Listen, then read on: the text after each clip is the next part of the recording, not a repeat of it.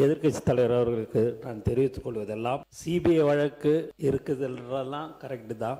எங்களுடைய டென்ஷன், எங்களுடைய முதல்வர் தொகுதியில் என்ன பிரச்சனை, மக்கள் பிரச்சனை இருக்குது, அது உடனுக்குடன் பார்க்கறியான்னு கேட்டாருன்றதுக்கோசம் தான் நான் உங்களுக்கு அப்படி சொன்னனே ஒழிய நான் வேற எந்த அர்த்தத்திலையோ நாங்க எங்களை பயமுறுத்தியோ டென்ஷன் படுத்தியோ இல்லை. அவர் எதிர்க்கட்சி தலைவர் உதயநிதிக்கு அமைச்சர் புசி ஆனந்த் சட்டமன்றத்தில் பதிலடி கொடுத்துள்ளார். உறுப்பினர் சொன்னார், எங்கள் முன்னாள் முதல்வர் எதிர்க்கட்சி தலைவர் பேரவைத் தலைவர் அவர்களே, நேற்று என்னுடைய முன்னாள் அமைச்சர் பேசும்போது சொன்னார், கடந்த 5 வருடங்களாக தினமும் டென்ஷன் எங்களுக்கு என்று.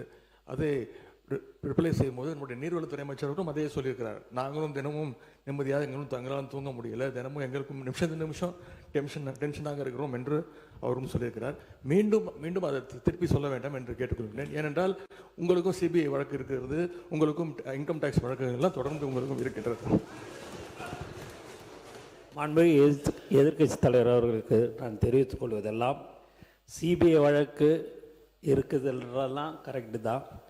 எங்களுடைய டென்ஷன், எங்களுடைய முதல்வர் தொகுதியில் என்ன பிரச்சனை, மக்கள் பிரச்சனை இருக்குது, அது உடனுக்குடன் பார்க்கறியான்னு கேட்டாருன்றதுக்கோசம் தான்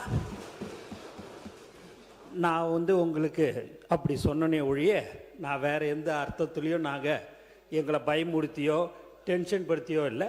அவர் முதல்லாம் பார்த்தீங்கன்னா எங்கள் சட்டமன்ற உறுப்பினர்லாம் எப்போ எங்களுடைய தலைவர் பேசுவார்னு நினச்சிருந்தாங்க. இப்போ ஃபோன் வந்தாலே பயம் இருக்குது. ஏதாவது தொகுதியில் ஒரு சின்ன விஷயமா இருந்தால் கூட அதை ஏன் உடனே செய்யலன்னு கேட்கக்கூடியவர் தான் எங்கள் முதல்வர் என்பதை தெரிவிச்சு.